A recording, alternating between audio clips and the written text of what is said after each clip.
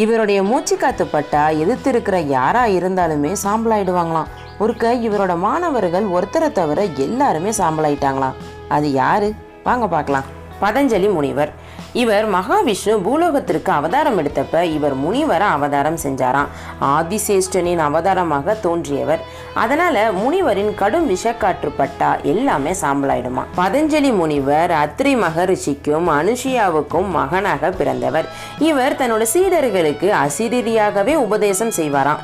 தில்லையம்பல பஞ்ச சபைகள்ல ஒன்றாகிய ராஜசபை என்னும் 1000 கால் மண்டபத்துல தான் எழுதிய வியாகரண சூத்திரம் என்னும் நூலை தம்முடைய சீடர்களுக்கு தாமே நேருக்கு நேராய் உபதேசிக்க விரும்பினாரு. கௌடவபாதர் அப்படிங்கிற சீடரை மட்டும் பதஞ்சலி முனிவர் சில வேலைகள் கொடுத்து வெளியே அனுப்பிச்சிருந்தாரு.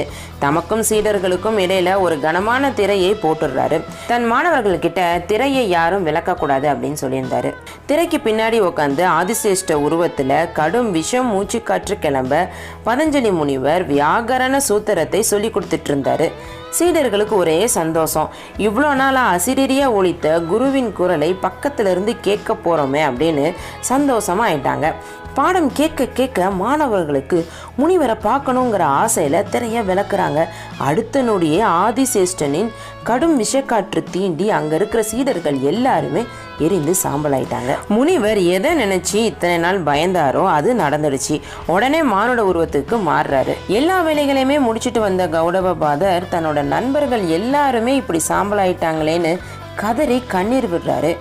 குருவோட ரகசியத்தை தெரிஞ்சுக்கணும்னு அவசரப்பட்டு திரையை விளக்கணனாலதான் இந்த விபரீதம். கௌடவபாதரே, நீ மட்டும்தான் எனக்கு சீடனா இருக்கணுங்கிறது விதி. மனசை தேத்திக்கோ. இப்போதைய மனநிலைமைக்கு உனக்கு தேவையானது தியானம். உனக்கு நான் எல்லா சகல கலைகளையுமே கற்றுத்தரேன் அப்படின்னு சொல்றாரு. ஹாய் ஃப்ரெண்ட்ஸ், உங்களுக்கு இந்த கதை பிடிச்சிருந்தது அப்படின்னா உங்க ஃப்ரெண்ட்ஸ் கூட ஷேர் பண்ணுங்க. இன்னும் இதே மாதிரி நிறைய கதைகள் தெரிஞ்சுக்கணும் அப்படின்னா விருதை பொண்ணு சேனலை சப்ஸ்கிரைப் பண்ணுங்க. நன்றி, வணக்கம்.